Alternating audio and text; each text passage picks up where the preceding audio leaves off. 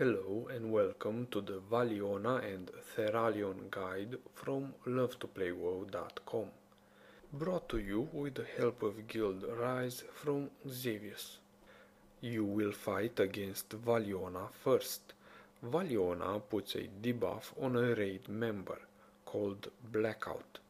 This is one of Valiona's most important mechanics. The player with the debuff, that you see marked as Skull, he comes to the back of the dragon, where also everyone else gathers up. The debuff is dispelled, and the damage that would otherwise kill the marked player is split among everyone else. You don't need to stack right on top of the player to get split damage. If you are in less than 80 yards radius of him, that should be okay. The reason I'm saying this is because during Valiona's fighting time, blue meteors that do splash damage fall on random people, so at the same time you don't wanna stay grouped up for too long. You wanna gather up quickly for the spell of Blackout, but then you want to move out and spread out just as fast to minimize raid damage. You also have to be mindful of Valiona's Dragon Breath. Now this is a proper Dragon Breath. It's not the ordinary puny cone attack.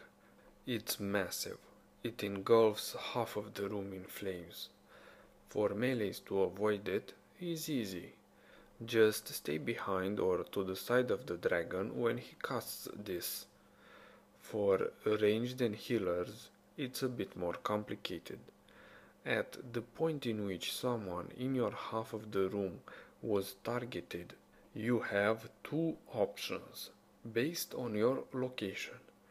A. Go forward, strafe through the breath to the safe zone, maybe take a bit of damage, or B. Strafe backwards towards the wall. Also take a bit of damage, but not enough to kill you, as damage from flames gets reduced the furthest you are from dragon.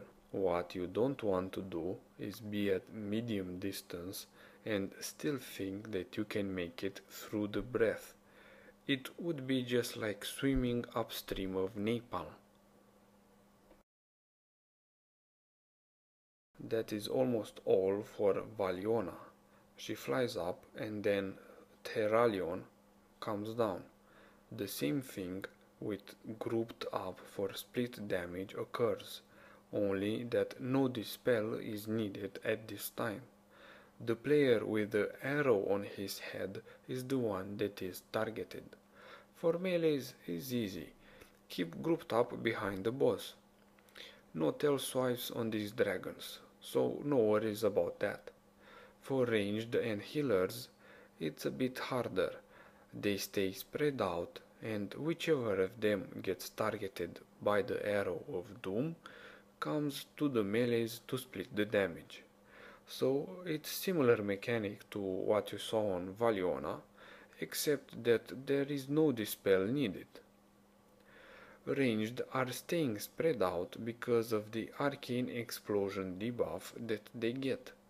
When they get it, they do massive damage to all other players around them. Move away from everyone else when you get this debuff.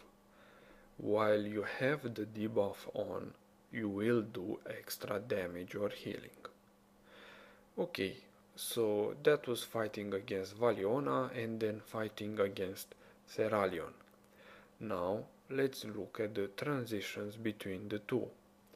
The first transition from Valiona to Theralion, no big issue. You have to look for the vortexes on the floor and stay out of them. Transitioning from Theralion to Valiona, your second transition, is a bit harder to properly manage.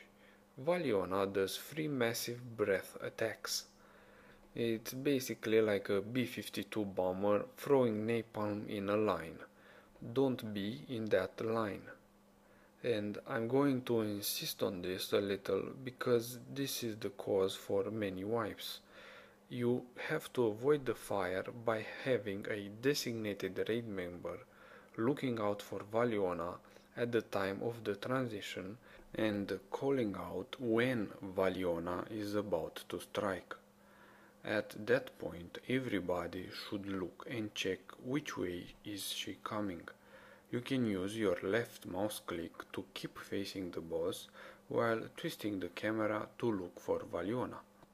What happens during the transitions when you do get hit by the fire breath or you stay too long in the vortexes? You get ported into another dimension. You're almost dead, or not just yet, almost. Here, deadly sparks fly around. Dodge them, and at the same time, you also have to dodge whatever else is going on outside. Valiona does free breath strikes, so if you got caught up in the first one, remember you got two more to escape. Dodge all the dangers while going for the portal.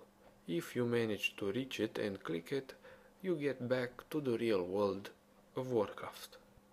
The two dragons just keep on rotating from here on out.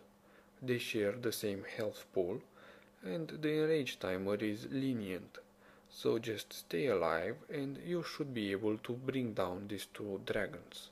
This has been a guide from lovetoplayww.com. For more, check our website. If you wish to find me on Facebook, check the description.